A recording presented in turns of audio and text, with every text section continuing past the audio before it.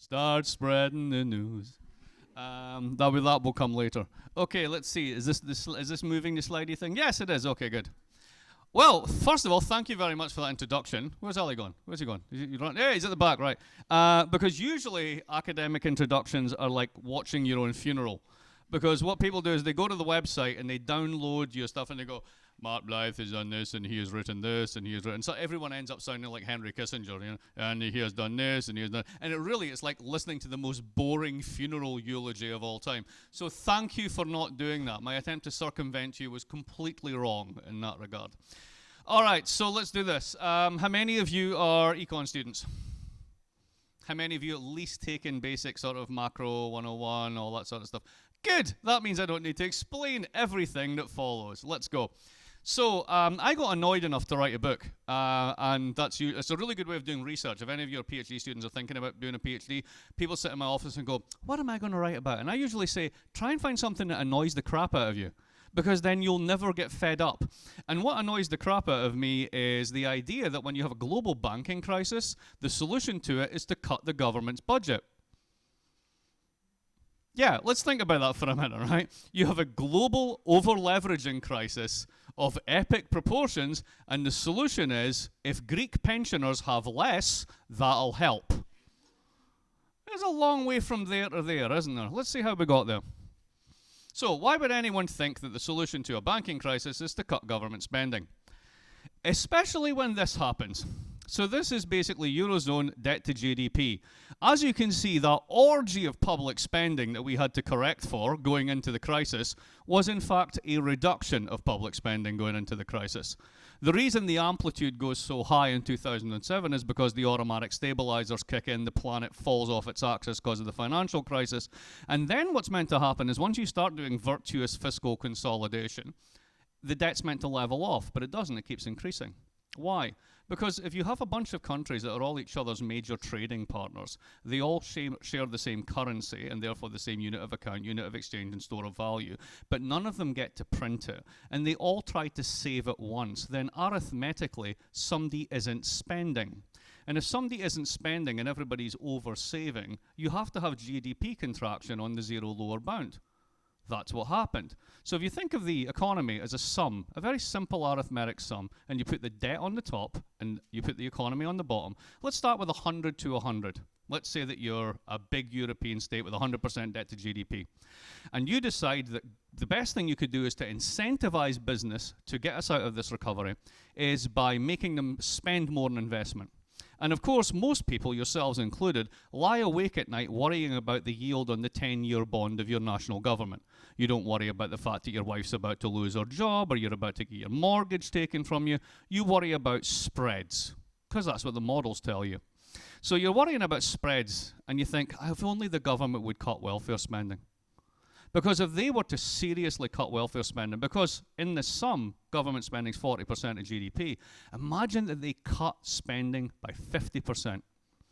That would mean, calculating with my rational expectations, my lifetime's income all the way out to the end of my life, and then counting against the taxes I will no longer pay because of this credible commitment to cut the size of the state, that I actually have much more money now than I thought I did this morning until I realized that this commitment was credible to cut the state. Now that it is, I will pay so much less tax that in real terms I have so much more money now, we will all run out to IKEA and buy a couch, thus curing the recession before it happens. That's actually how the model works, folks. That's the confidence fairy. It's bollocks. Nobody thinks like that. Nothing works like that. What actually happens is when you whack huge bits of GDP off the public sector's balance sheet, the GDP shrinks, and the constant stock of debt gets bigger rather than smaller. So all those countries that shrunk their GDP ended up with more debts rather than less, despite the fact that they weren't spending any more. Et voila. Now, what's really behind this? This is the greatest moral hazard trade in human history. And I love being in France to talk about this because your banks were right at the center of this. So here's the story that everybody likes to tell about the euro. Back in the day, that red line is Greek debt. You got 25% for just holding a Greek 10-year. Wow. Now, if you go to the bank just now and put your money in a savings account, how much do you get? -3 in real terms. So that's amazing, right? But those other lines, they're like, Ireland, Slovenia, France is over there. Look, you're getting 15% for holding France in the early 1990s. I mean, was the default probability that high? Probably not, but at least the bonds were priced in the sense that it was pricing in exchange rate risk and inflation risk. Now, when you announce in 1992 that you're going to have this thing called the euro, you have just told everyone that you're going to turn over all those printing presses to the Germans. And they don't like inflation. So inflation has just been taken off the table, and you don't have your own currency now, so exchange rate risk has just disappeared. So voila, number 2, those prices are going to converge. And over time, the more credible the commitment becomes, and the more you see the ECB is going to only care about inflation and so on and so forth, these bonds will converge and everybody ends up with basically the same interest rate as Germany. And that's what happened, right? No, that's not what happened at all. It's a really nice story. Here's what actually happened. If you were a French banker in 1990, Greek bonds are thinly traded, but you got 25% for holding them. You got 15% for holding French debt. How difficult is your job in terms of making money? But this euro thing's going to come along and screw it all up. So how do you make money on a declining spread? You use what's called a volume convergence trade. You basically buy as much as the stuff you can at the same time as taking on as much debt as you can to amplify the leverage. And over that period, the balance sheets of your big European banks, particularly French banks, we could name names, but we'll get to that later, got really, really big, to this point that some of them are 100% of French GDP. And the French government just gave its printing press to a bunch of guys living in Germany, which means if those banks get into trouble, there's no one to bail them out, except the guys who have now got the printing press, and they're Germans, and they're not going to do it. So that was called credibility. It was also called stupidity, because it was inevitable that banks that were running operational leverage of 50-1 on an average Tuesday, which meant a 3% turn against their capital base would effectively render them insolvent, would eventually get into trouble. To think about how we didn't think that would happen, are any Brits here? No Brits? That's good. Anyway, if there were some Brits, there's a quasi-Brit at the back. We had a bank called Northern Rock. This was Northern Rock's business model. I will borrow overnight on what's called a short-term repo market and then lend out for 30 years. So I'm borrowing 24 hours to lend 30 years, and I'm renewing those loans every single night for 30 years. I'm making an infinite bet on perfect capital market liquidity. You're an idiot. You should have your banking license revoked. So we built a system that was both too big to bail and too big to fail. That's why it did this. Now, everybody's got the same interest rate until the crisis hits. And then, whoops, the Greeks start going up. Why? Well, notice there's actually a bump before the Greeks start going up. In fact, the yields started to spread apart a year before the Greek crisis. Well, why was that? Well, this goes back to the ECB, because the ECB, it turns out, until Draghi actually took over, wasn't really a central bank. It was more accurately thought of as a currency board with an inflation target. Because in 2011, in the midst of a structural deflation and banking crisis, it raised interest rates twice, which makes no sense whatsoever. But that was its mission, to fight inflation, regardless of the economic conditions around, and it had a constitution to make sure that's the only thing it thought it could do. So you have a liquidity problem in a banking system that's run out of liquidity, and you have a central bank that doesn't think it's a central bank. What do you think's going to happen? Strangely, I have a slide that covers that. And here's what happened. So here's France. This is the percentage equivalent of GDP of assets from Portugal, Ireland, Greece, Spain, the eponymous pigs, that's held by French banks in the middle of 2011. Equivalent to 1/3 of French GDP. Now, if you're running a bank with 50-1 op leverage on an average Tuesday, and you've got that much crappy assets that the market is pricing to infinity and beyond, and you have to sell them in an emergency, what just happens to your funding structure? You just went bankrupt. And so did the Netherlands, and so did Portugal, and so did Germany. So what was everybody doing in 2010 and 2011? They were pricing in contagion risk for the entire European bond market. Because if you go back to here, whoops, people got fooled into thinking in the middle bit there that these were international bonds. They were de facto European bonds. But once Draghi had actually said, we're kind of a fake central bank, we're really not going to backstop the bond market, everybody went, what the hell am I holding? And then they started to price it nationally. So when the Greeks came out and said, it turns out we've been screwing the books, everybody freaks out. Because if you're running op-level 50 to 1 on an average Tuesday, you only have to have a handful of Greek assets. It's not going to impair your balance sheet directly, but imagine you've got this incredibly levered portfolio. Greece goes to zero. You've got the same assets as me. I've got the same assets as you. You've got the same hedges as me. We've all got the same thing in the giant super portfolio of risk. So let's say Greece goes to zero. How do you protect yourself if you're super levered? You sell Ireland. And if I know you're going to sell Ireland before I sell Ireland, what should I do? Sell Ireland. And if you know I'm going to sell Ireland, I'm going to sell Portugal. And once you run through the three of them, where do you get to? Spain. And Spain is too big to sell. If that volume of contracts hit the market at one point, the whole thing goes bang. So you had to stop contagion risk. Now, there's two ways of doing this. The Brits and the Americans did it one way, which is shower the banking system with gold. It may be iniquitous, it may be uxorious, it may be ridiculous, but it works. So they basically pumped huge amounts of money in. The New Deal model in the US was bail, fail, send to jail. The one we had in 2008, 2009 was bail, maybe fail one or two, nobody goes to jail, please start lending again, right? That was kind of the new model. We didn't even get that far in Europe because we didn't have a central bank that realized it was a lender of last resort. So remember all those Merkozy summits? All those 20 meetings that did nothing except make people in the markets go, what are these people doing? And the yields went up and up and up and up. And none of this changed until 2012, when Draghi came in and said, can we please be a real central bank? Now, moving beyond this, this is France. There's French GDP. There's French bank assets. There's your top three banks in 2012. What would happen if any one of those banks really went bankrupt? It would eviscerate the finances of the French state. So there was no way that was going to be allowed. So how do you stop that? How do you stop a contagion bank run if you're not willing to turn on the liquidity? Well, you can't inflate. You can't devalue. You can't default. What's left? Squeeze. Welcome to austerity. It's all about saving the banks, folks. Always is.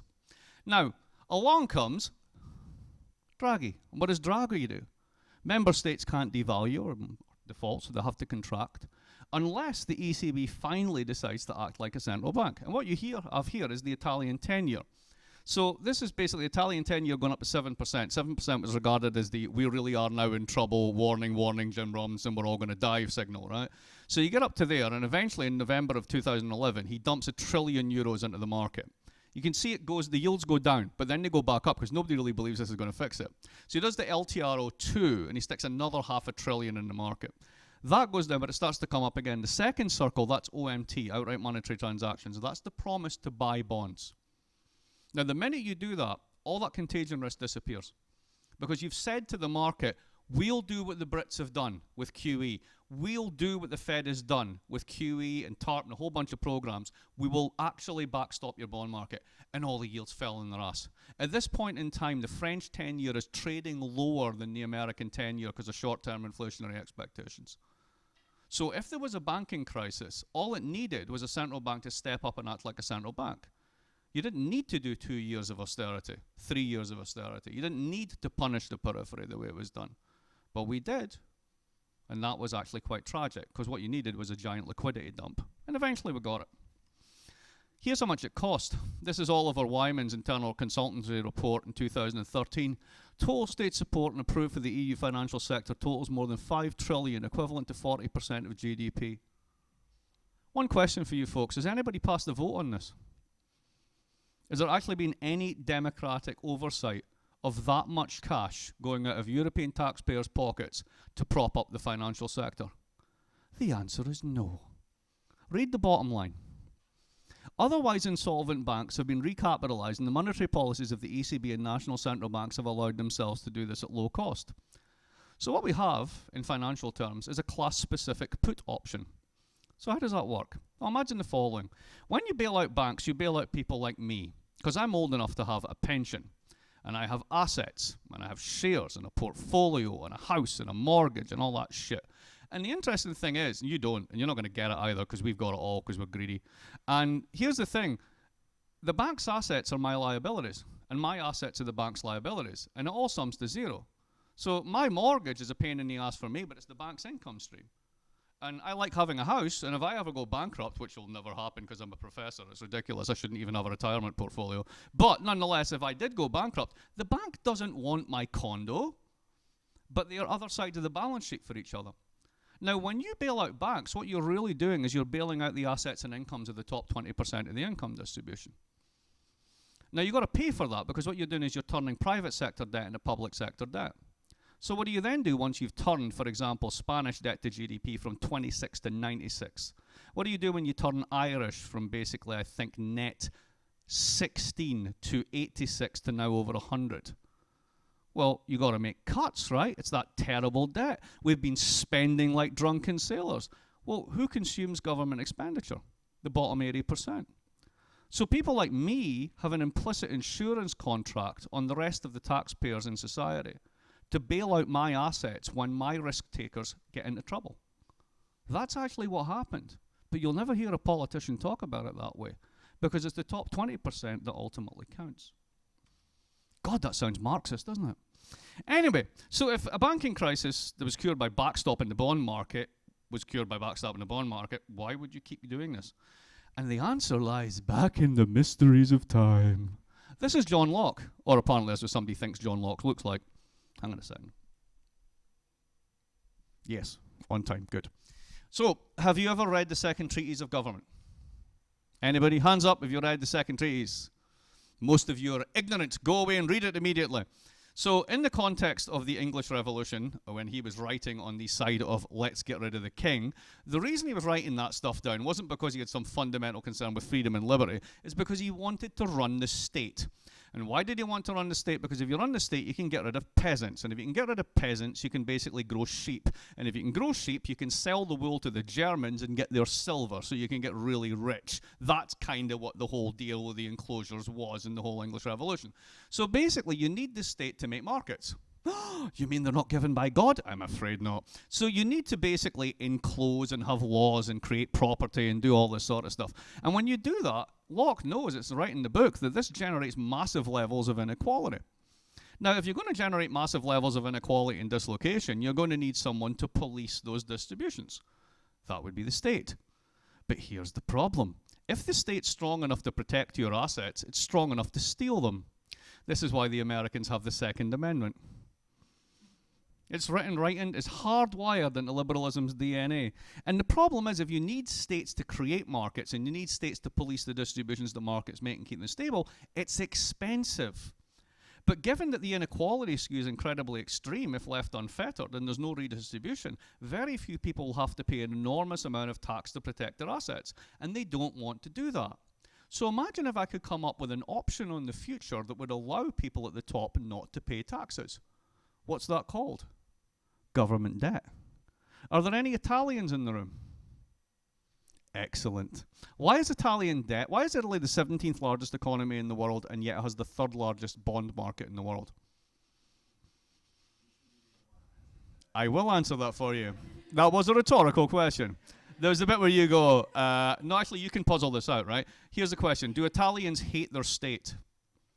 Yes, with a vengeance, right? They're a bunch of shits, there's no doubt about it, right? So if you go down to the Council of Deputies, across the road from the piazza, there's a restaurant called Il Privilegenza. So imagine actually having a democratic house, and then you come across the road, and there's a restaurant called the Privileged Ones, right? They hold people in utter contempt, right? So you don't want to pay those guys taxes, right? So what do? You lend them the money.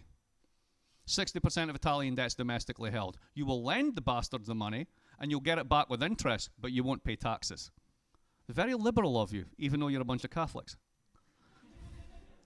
Now, this becomes an option on the future.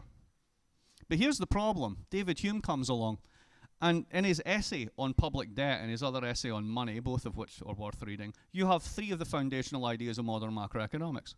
The first one is the long-run neutrality of money. In the essay on money, he says, you should always give monies to the merchant classes. You should leave them in charge. They're better than kings, they're better than sovereigns. Why? Because we know what to do with the money. So our sinews of commerce are energized by giving the merchant classes money. But it's not a panacea. I mean, you'll get a short-term boost, but at the end of the day, it has to be put into productive assets. Hello, that's the long-run neutrality of money thesis. But it's class-specific. Now, he then says something else very interesting. So there's this thing called debt, and I like it, but I worry about it. It's nice to have a bond market, and basically people like me can invest in it. But in order to invest in it, I'd need to get equivalent, more or less, to the real rate of return of investing in real assets. Now, real assets are risky. Investing in a business, it's uncertainty. You don't know what's going to happen in the future. Government bonds, dead simple. They issue the currency. I then swap the currency for the option. They give me back the debt it's great, right? So this is easy money.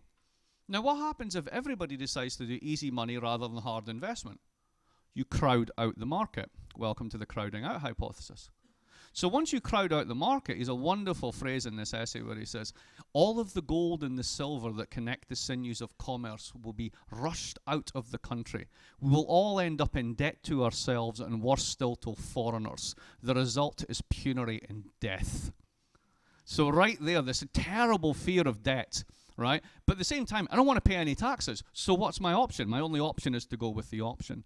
Now, Adam Smith comes along. For those of you who read The Wealth of Nations, you know he's obsessed with parsimony. This notion that we're hardwired to save, which is really the grounding as to why savings equals investment. Because it has to, because you would be mad if you didn't invest your capital stock. But he's also acutely aware of inequality. And there's a great line in The Wealth of Nations where he says, for every rich man, there is 500 poor.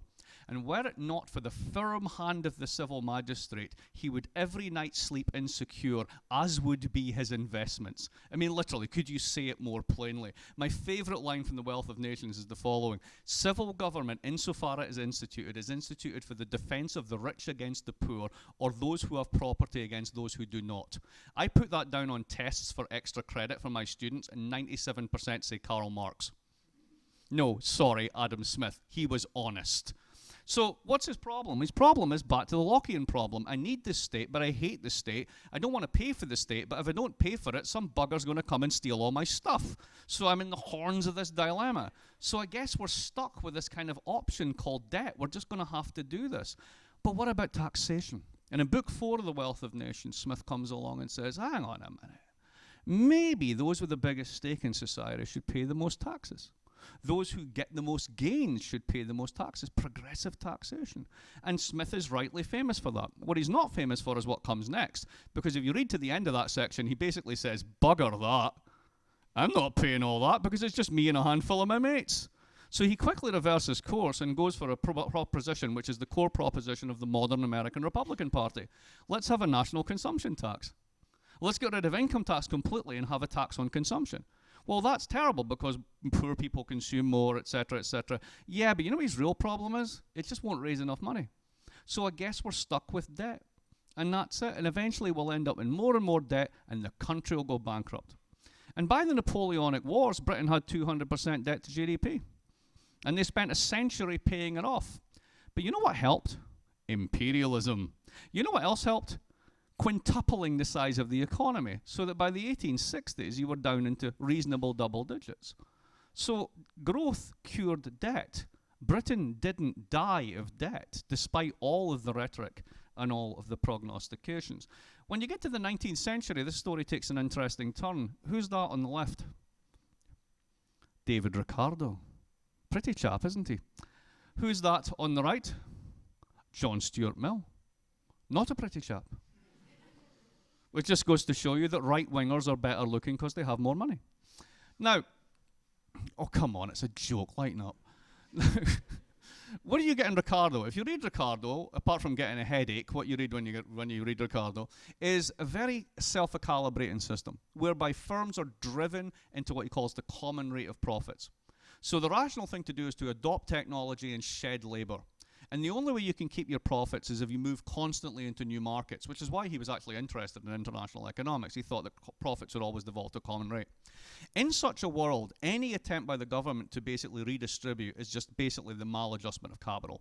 And it's just going to make things worse, so don't even try. So my favorite line from Ricardo is, the condition of the poor is wretched and rightly so. It takes some balls to say that, but it's in there if you want to find it.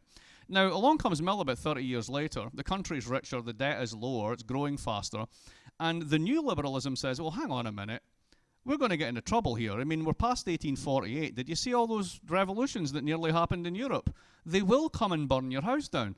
Maybe we should redistribute, and maybe that would actually be good for stability and consumption. And there's a thing called the suffrage coming down the turnpike, and these guys are all going to vote our property away from us. So let's get ahead of the curve and try and redistribute and keep the liberal settlement, albeit with airbags. Now, this all comes together in the Great Depression, where liquidation was the answer. Who is this on the left? It is not Nosferatu. Who is it? That's Joseph Schumpeter, and he actually looked like that. So he was, apart from the Austrian finance minister who used to turn up with the 2 most expensive prostitutes in Vienna to every cabinet meeting just to piss off his guys, the other guys in the cabinet, a flamboyant lad. His autobiography says he wanted to be 3 things in this world: the world's greatest lover, the world's greatest horseman, and the world's greatest economist. ... Sadly, I only managed 2. Please. So anyway, what did he associate with? American academic economics in the 1920s is very much, if you've studied real business cycle theories, it's new wine in old bottles, because they had back in the 1920s modern business cycle theory. And what does it say? Well, basically, the capital stock's exogenous. There's no such thing as money in finance except credit booms. People malinvest because of credit, because banks need to be kept tightly under control. Very sort of von Mises Austrian sort of line. And when you get these credit booms, people build too much capital upstream in sort of productive industries that will never realize value downstream, so the only thing you can do is liquidate the capital. So this is very much the way that Americans think about this. So 1931, Treasury Secretary Mellon has a famous line that's quoted in Hoover's memoirs, where he says, liquidate the farms, liquidate labor, liquidate business, purge the rottenness from the system, and more competent people will come along and pick up the pieces, right? So this is the don't intervene, let it all bleed out version, right? Now, the Brits had their own version of this, and of course the Brits basically are less vulgar than the Americans. So they had the Treasury view. And again, if you want an example of how the frames that we use today are really just recalibrations of the frames you had before, look no further. So 2 guys, Henderson and somebody you've heard of called Keynes, wrote this memo to the Treasury that made a case for expansionary public works to cure the fact that Britain was on too high a real exchange rate when it rejoined the gold standard, and there was 1 million unemployed they didn't need to be. So maybe we can boost the underlying level of GDP, would be the way we think about it now. The arguments that the British government put up were brilliant. The first one was crowding out. If there was investment and the government mobilized it, then it's less investment for the private sector, so why would you even bother? So that's that one. The second one, public spending. If I know that you're going to basically not tax me now to boost spending in the future, then ultimately you're going to have to raise taxes in the future to pay for that, so it becomes self-cancelling. Realizing that, I should change my consumption patterns to nullify the effect. It's called Ricardian equivalence. It's written in the memo. And the last one, this is the one that was hung all over the Obama stimulus, there's no suitable public works. There's nothing shovel-ready, as they said when Obama did the stimulus. Now, if any of you have ever been to the United Kingdom, the notion that the United Kingdom does not need serious infrastructure investment at any point in its history, this is a country that can't figure out complex technology like windows, showers, roads. I mean, it's kind of pathetic. So clearly there's a flaw in that one. Now, this is, to me, the key insight of macroeconomics. What's individually rational can be simultaneously collectively disastrous. So that little panel there shows you basically the German economy through time in terms of the unemployment rate and then the share of the Nazi vote. So in 1924, you managed to get this swap in seniority in war credits between commercial credits and war credits. So commercial credits take seniority. Immediately what happens is there's a big shock to the system. The unemployment rate goes up, but then it comes down once this filters through. Everything's going reasonably well. Unemployment's creeping up again. Look how slow the Nazi vote is. But then we get to 29, 31. You get the failure of Credit Anstalt. You get the Chancellor Brüning coming to power in the SPD. And then you get tighten. And what you see is a rocketing of the Nazi vote going up. Now, this is one story. Odd thing is, if you look at Japan, you get a version of the same story. If you look at France, in the history of France between 30 and 36, before the Popular Front, a very similar story. What you have is a politics, excuse me, of creditors standing off against debtors. And in that international politics and in the domestic politics which replicates this, it's basically the extremes that win and the centre collapses. Now, echoing this today, have a look at the share of centre-left parties' votes over the past 12 years. Have a look at just what happened to Labour with Corbyn. And then think about in France, if you had an election tomorrow, it's entirely possible that who would be the number one party after the first round? That's what happens when you get credit or debtor standoffs in a deflation. Now, the 1980s come along, and this was very fun for economists because a bunch of them, particularly in Bocconi and Milan, decided that the opposite was true, that you could do contractions that would be expansionary. So in other words, we'll all discount and we'll go to IKEA and we'll cure it before it happens. So the cases that they highlighted were Denmark, Sweden, Canada, Ireland, Australia. And this became very, very sort of topical in economics because it seemed that these countries cut and then they grew, right? But the funny thing is once you actually go into it, and I spend a lot of time in the book going into it, and I'm not the only one who's done this, that's not what happened. So take the Scandinavian cases. All of these countries, first of all, are really small in global terms. They're all export driven, and they all have one key trading partner, whether it's the UK, whether it's the US, or whether it's bloc EU. And when those big blocks go on a tear and expand, they import more. So if you're a small country and you time this right and you basically do a devaluation, the other block goes on a tear and sucks in your exports, your revenues go through the roof. And when your revenues go through the roof, what can you do? You can cut spending. But in real terms, you're not cutting spending. It's only a nominal cut. That's what all these countries did. They grew, and they grew enough to allow them to cut. They didn't cut and then grow. But that was not fitting the narrative that we wanted at that point in time. Now, this was all kind of harmless economics until the euro crisis hits. Because when you can't inflate and you can't devalue, and the only thing you can do is squeeze, you need a rationale for squeezing. And that was the rationale for squeezing. And this is the June 2010 ECB report that outlines everything that you need to know about the initial response to the euro crisis. It has an entire chapter on Ricardian equivalence. It has an entire paragraph or two on crowding out. All of those ideas that I highlighted to you, they're all in there. Just pick it up. I think it's chapter 5 and chapter 6. And it basically outlines the Troika and conditionality packages, the structure of bailouts. They should be based upon cuts rather than taxes. And it says that simultaneous contractions, even in a low interest rate environment, will not be contractionary. They will be expansionary because of the effect on confidence. So here's the fun bit. Let's work out how this worked out. So think about this as an investment proposition. What's your return on equity if you were to basically buy that argument and invest in contractions in 2008? Well, the funny thing is, it doesn't look so good. And the really funny one is, let's have a look at who comes out first. So the line that's there first, the one that comes out before anybody else, is Belgium. Are there any Belgians here? There must be one Belgian in there. Statistically, there must be one. No? Okay, fine. Well, so you haven't heard much about the Belgian austerity package, have you? Because there wasn't one. You haven't heard about the Belgian fiscal expansion package either, because there wasn't one. In fact, Belgium didn't have a government between 2008 and 2010, which meant no one was around to screw things up, which is pretty much why they bounced back before anybody else. I'm not being facetious. I actually really believe this. The second one, of course, is Germany, and of course that's because they make things the rest of the world wants. As the owner of a TDI diesel Volkswagen, I'd like to say, fuck you. But they still make stuff that people want. In fact, we've got 2 of them, so I'm doubly pissed. But nonetheless, why are they able to bounce back? Well, because they live and die off of exports. And who just did a giant stimulus? America and China, the people who buy your BMWs. So that's perfectly explicable. Who's next? Good God, it's France. They didn't even have such a terrible downturn in comparison to everyone else. It's sclerotic, immobile, unentrepreneurial, cretinous France. I've been reading the Financial Times for about 20 years, and every 6 months you can set your clock by the fact that there's a 3-page special issue on why France is doomed. I don't know why Anglos do this, but they have to convince themselves that basically making an actual labor-leisure trade-off must end up in economic suicide. They just don't get it, right? That's basically it. But there it is. You know, you got your problems, hiring, firing, micro stuff, absolutely. But you're still growing. Now, who else is there? Who comes out next? Who's the last one? Oh, the UK.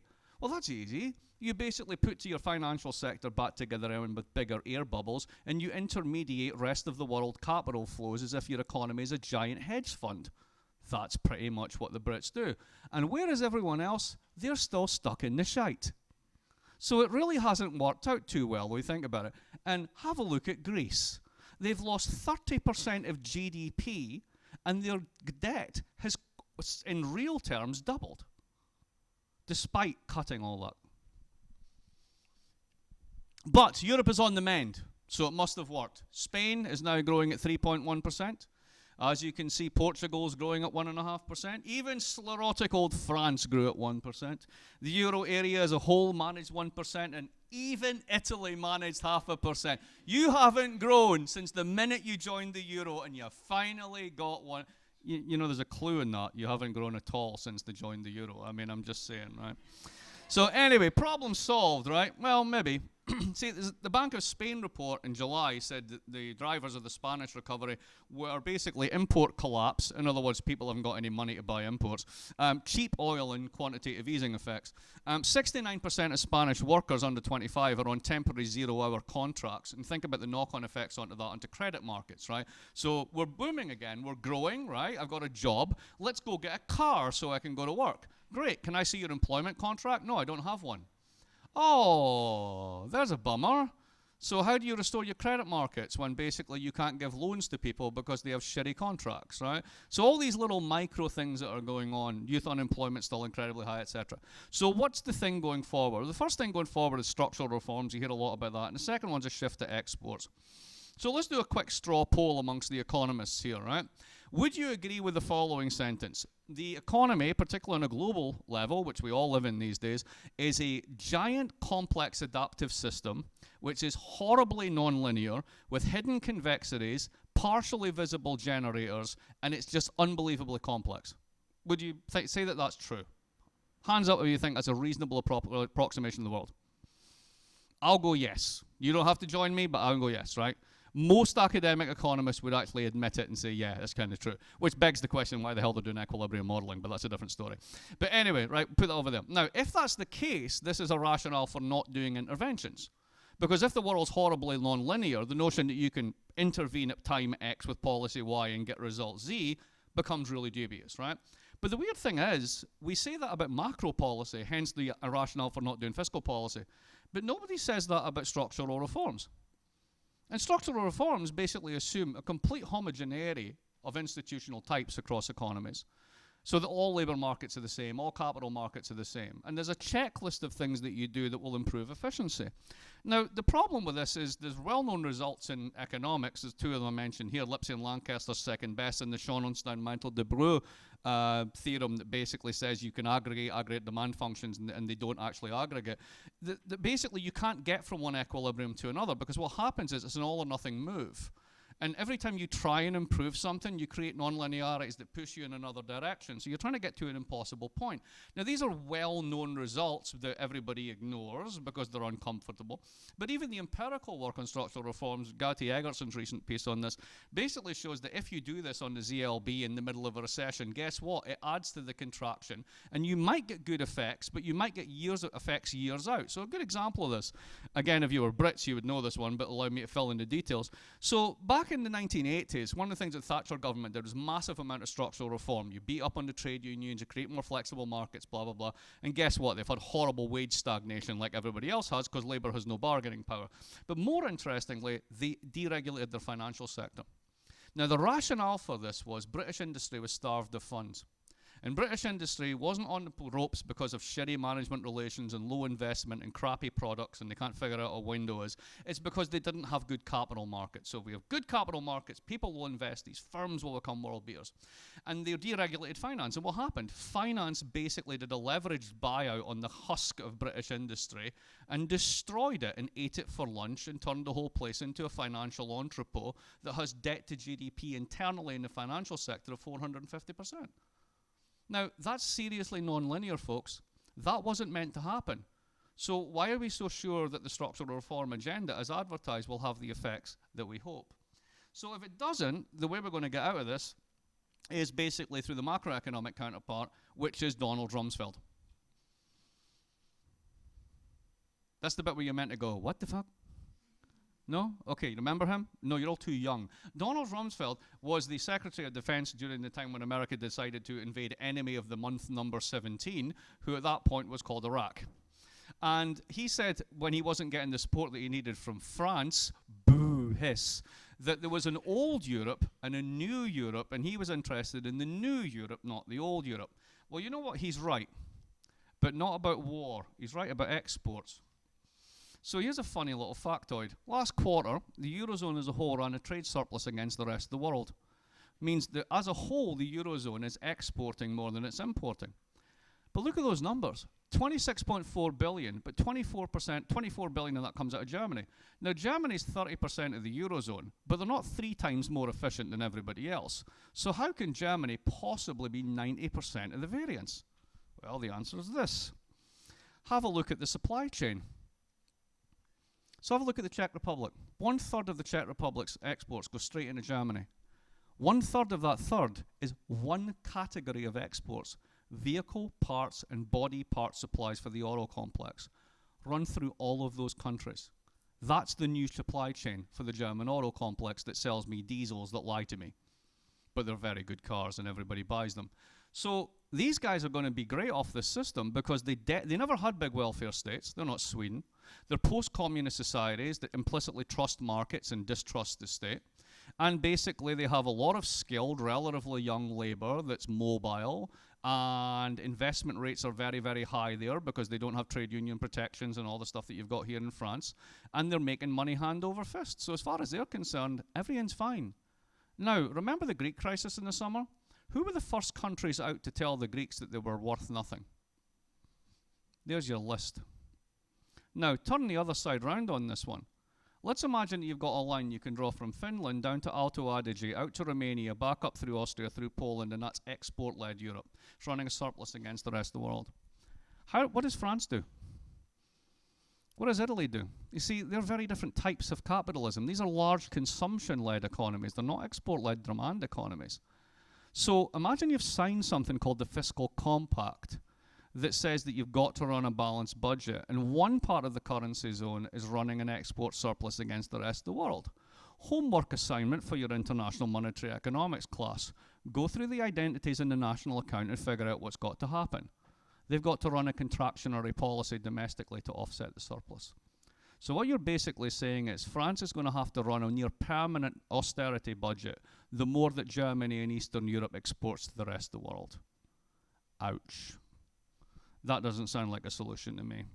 I've got some charts I won't bore you with because they look ugly, but basically what they show is for the Czech Republic and Hungary, these guys have rebuilt their capital stock, they're exporting, the Germans are importing their stuff and it's going out into the rest of the world.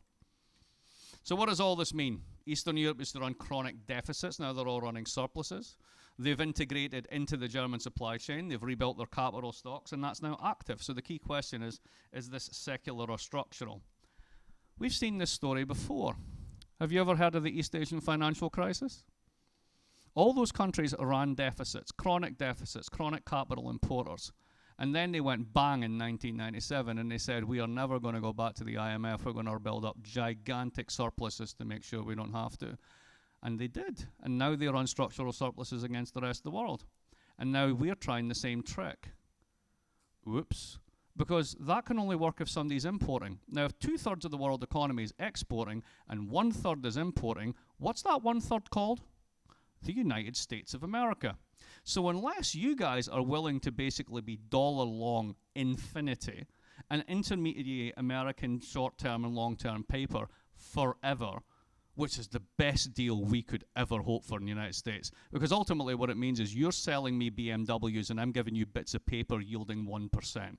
That's the deal you're setting ourselves up for. Then this is inherently unstable. Second one, as I said, who can play this game? France can't play this game. Doesn't work. It's not because you're bad, it's because you're a different variety of capitalism. The regulation school guys in France nailed this 40 years ago. There are different regimes of accumulation, different institutional varieties of capitalism, and it matters. If you're an export-led economy, you can play the German game. If you're not, you can't. You can try and turn yourself into one, but there'll be blood on the streets before that happens. Third one, bond market effects. Basically, if you have this world in which you have near deflation everywhere, and everybody's trying to run an export surplus and is over-saving, that surplus of saving over investment's got to show up in long bond rates. So the Fed can do what it wants on the short end of the curve, but the long run is low forever. If you've got substitutable low assets and negative real rates, it's very, very hard to get growth going, even if you're running an export surplus. And the last one is fragility. What happens if people stop buying your stuff? You got a problem. So the take home on all this is the following. The anti-austerity position has never been, you will never grow again. It's always been, do this and you will permanently lower your growth track. You will do enough damage to the demand side that you can change the supply side and screw up your politics. That's still true. You can continue to tighten, but if you want to try and do structural reforms and you're doing it in the middle of a recession, it will work out really badly. Intellectually, we're hardwired to do this and to discount evidence to the contrary, because we basically have half a dozen ideas we constantly go back to. We just reframe them in different ways, usually with more mathematics. And ultimately, if France has been asked to run a permanent, basically contractionary policy, so that Eastern Europe and Germany can run a surplus, that's going to be more dangerous for the EU than the election of Le Pen over the long run. So, I'm Scottish. I think this way. I drink a lot. Cheers.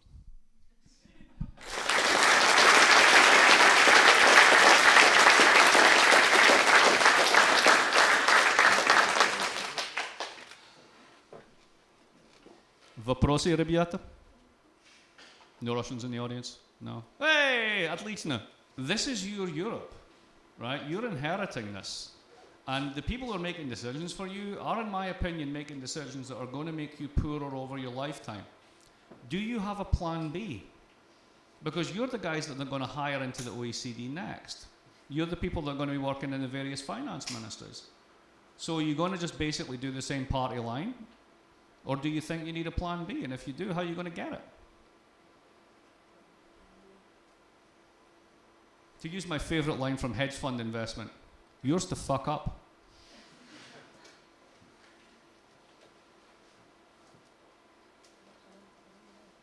Oh, come on, I don't usually kill a room to this extent. My Italian friend, there must be something, please.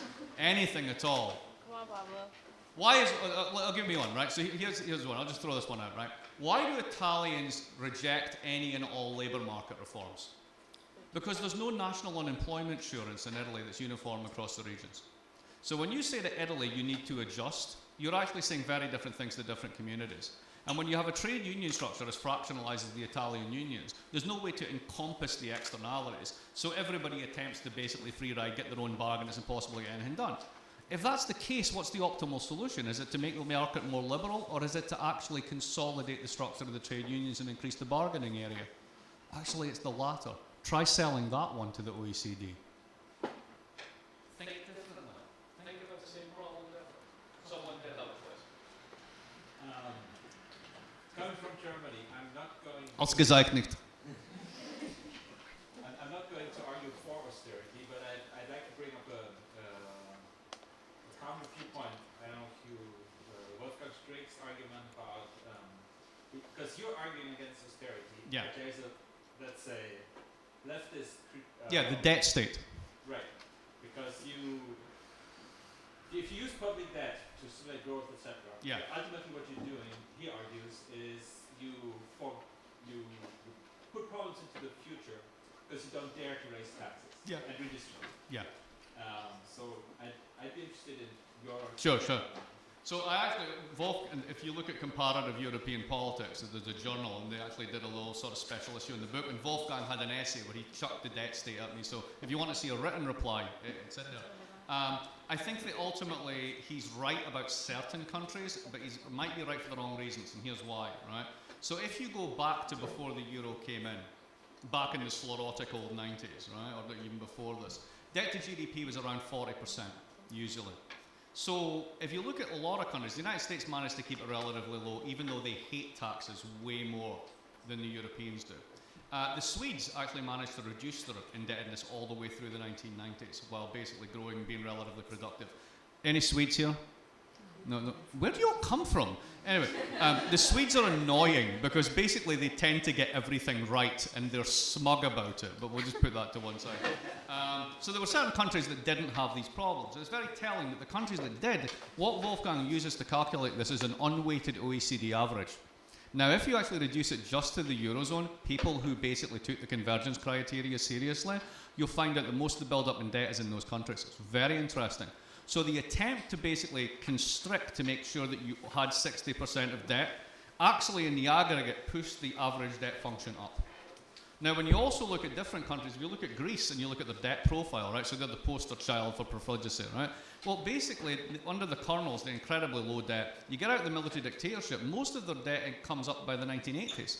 And then if you look at it long term, it's almost constant until the crisis. So the timing's off. And then if you look at individual and sort of group local factors in it and you weight rather than unweight the average, you can tell a story as to why it is that it's not really, I mean, I totally buy the general logic that politicians would rather pay for things now than tax people for it. I think that's absolutely true, right? And in fact, there's a brilliant line in, I think it's Hume, where he talks about exactly this phenomena.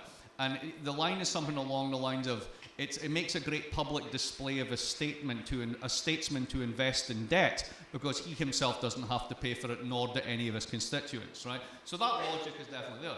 But it's a bit like public choice logic, right? Because the logic's true, does it mean that people actually do it?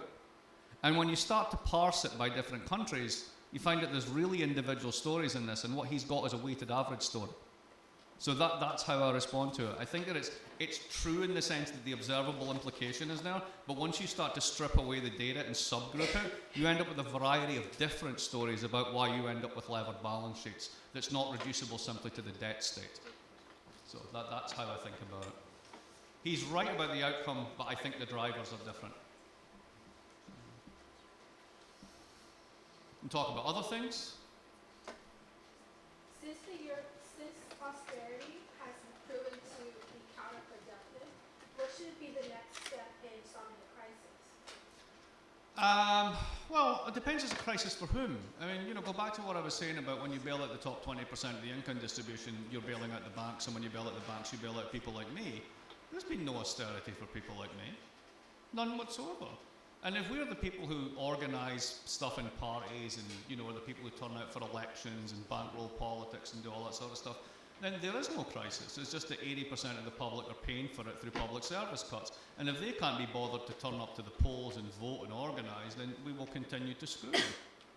And, there's a very simple sort of like brute politics version of what's going on. Now, to me, the simple story on all this, and again, the OECD, where I was today, are actually quite receptive to this message. We know that the current world is not, the current policies aren't working, right? We're 7 years out, growth is terrible everywhere.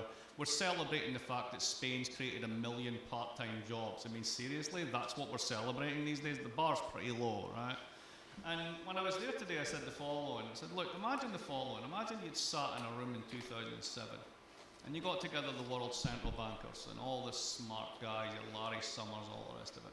And you'd said, right, lads, let's have a few drinks, we're going to play a game. So they have a few drinks, and you say, all right. Now imagine the following. It's 2007. We're going to have the mother of all banking crises, right? Big shit in the banking system. And what we're going to do is we're going to have a big fiscal stimulus, at least in some countries, but everybody's going to do between 3 and 5% of GDP. Then we're going to move into a huge period of fiscal consolidation at exactly the wrong time. But to counteract that, we're going to have practically negative real interest rates. We're going to shove between $7 and $13 trillion into the global money supply. We're going to distort the price of every house, every bond, every asset in the world through quantitative easing. We're going to ratchet up the balance sheets of emerging markets to unbelievable proportions because interest rates are so low here, all the money will go slamming into your Turkeys and into China and everything else. We'll balloon those balance sheets to the moon, and the only way they can do is to come down eventually when rates normalise. Imagine we did all that, lads. What would the world look like? And to a man, because they would all be men, they would say the following. We would have the world's biggest economic boom, followed by hyperinflation. Where's the inflation? Where's the boom? So fundamentally, we don't understand, deeply don't understand what's going on. So at this point, my policy advice is really simple. Be Belgium. Do less. Just stop doing shit you don't understand. Right? And there are certain things you can do that if you've basically reduced the standard of living of your average Greek by 30%, doing a major fiscal stimulus there might be a good idea, if only for reasons of social justice. But beyond that, stop trying to pick winners, intervene, micromanage this.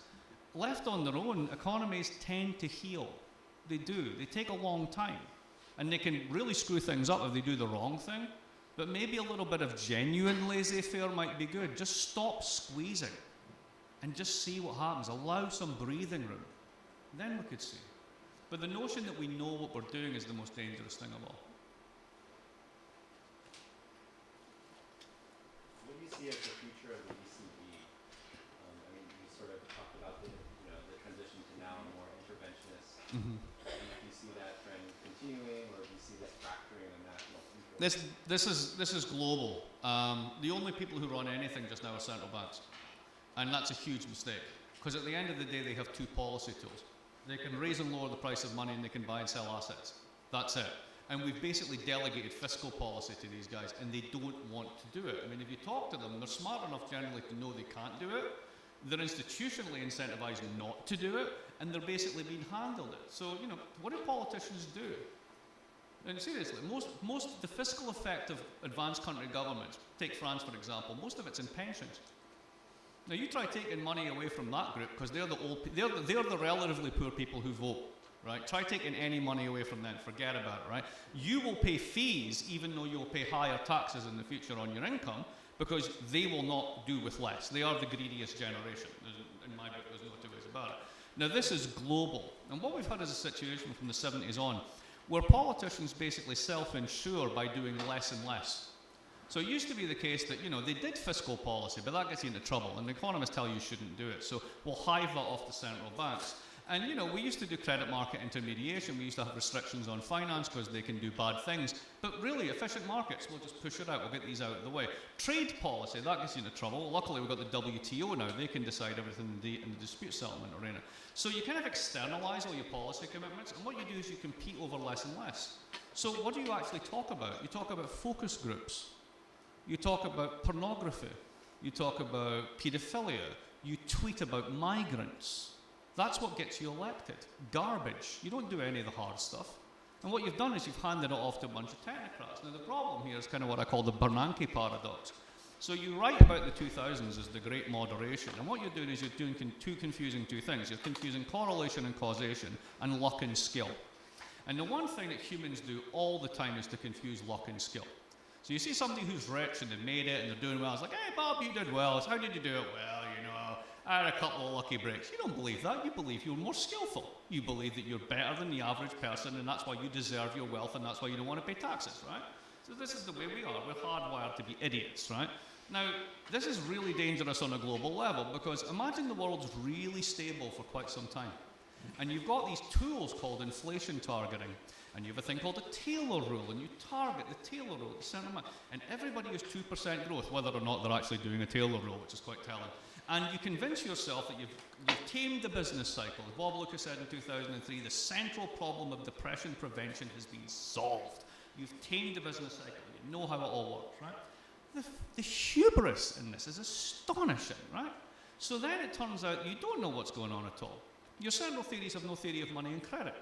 You pay no attention to leverage and assets. You don't even know what a balance sheet is, because you assume that given that you're a creditor and I'm a debtor, it must sum to zero. So for macroeconomic purposes, you wouldn't pay any attention to it, right?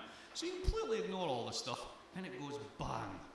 And you go, oh shit. Now at that point, the central banks have got two tools, and they try and use them. They drop interest rates to zero, they start buying all these assets, they do quantitative easing and a whole lot. And that's where we are now. They don't have any other tools. But meanwhile, our fiscal arm has decided that you shouldn't do fiscal policy because it's dangerous, and I'm tweeting about migrants because that's what people care about. Oh, and did I mention the cat video? Right? So they're over here doing this, and you're leaving all this to central banks. The central banks would love to get out of this business, but they can't give it back because there's no responsible adults to take it back. And that's really total condemnation of basically advanced economy political classes. They're garbage. And I think that really is a problem. As you can see, I get invited to Parliament a lot.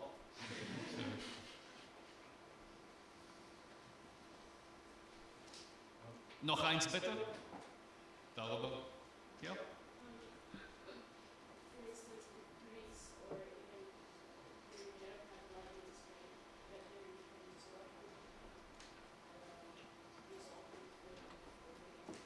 So if the regional movements in Spain got independence, not much, because they still use the euro.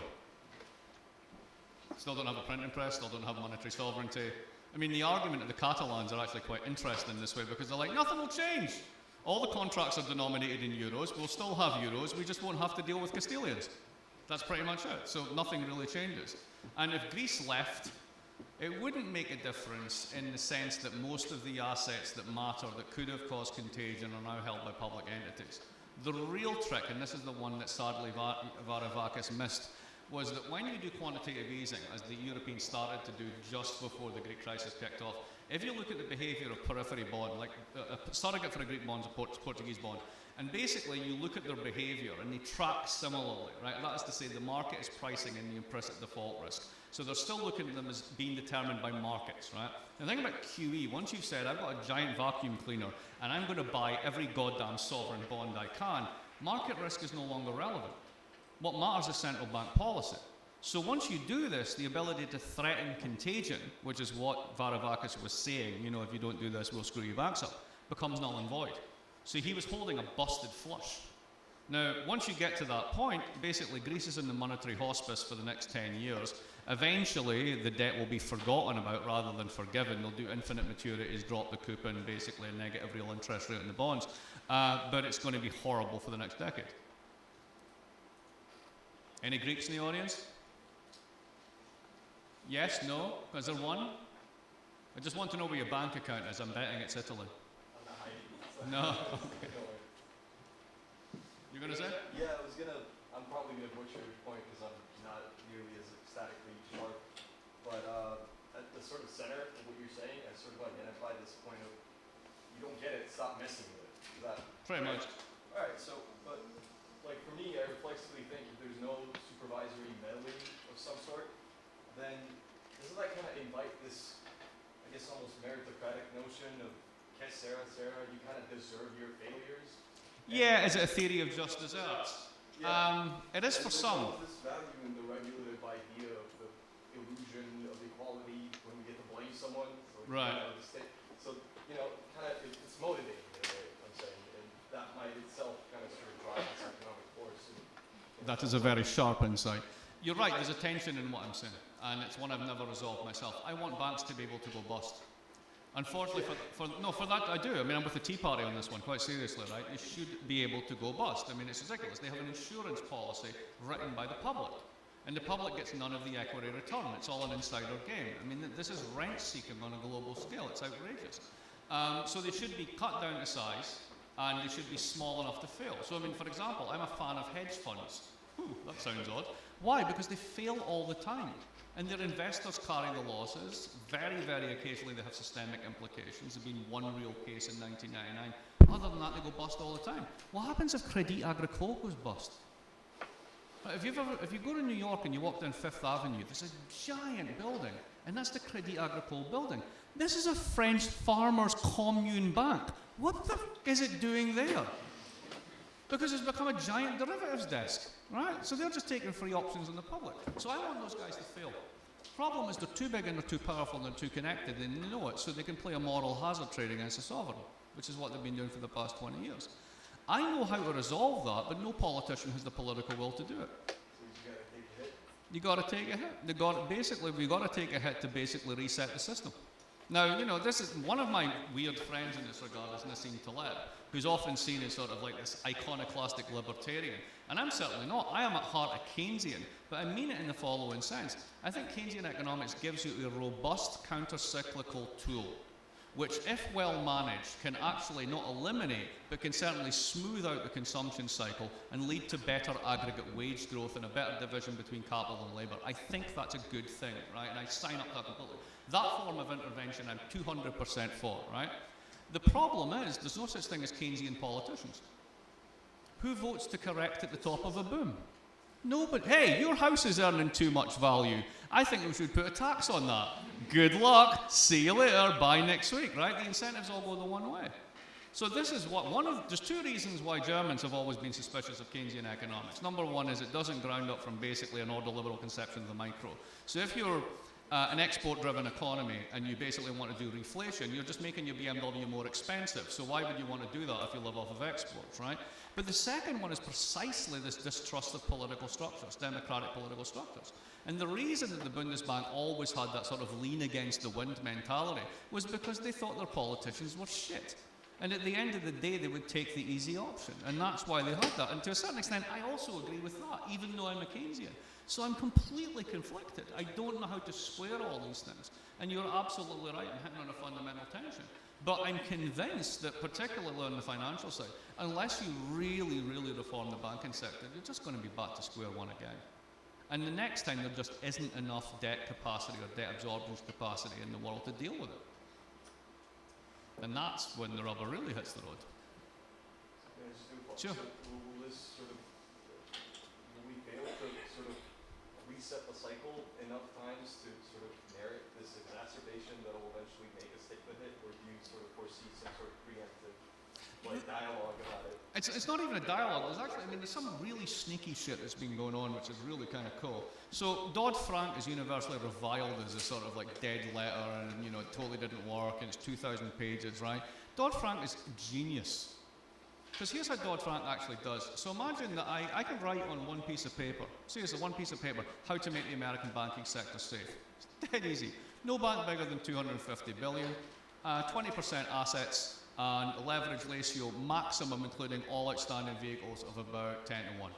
You'll never blow up, and you'll never be big enough that you'll take down the system, right? And the people at the top will still make 50 times more than everybody else, right? So why won't that happen? Because if I take that proposal to Congress as a congressman, there's a guy called Jamie Dimon who runs one of the big banks. It could be any of them. And he will take $1 billion of lobbying money out of his back pocket and put it down. And I will be the dog catcher of Arkansas in 12 months' time.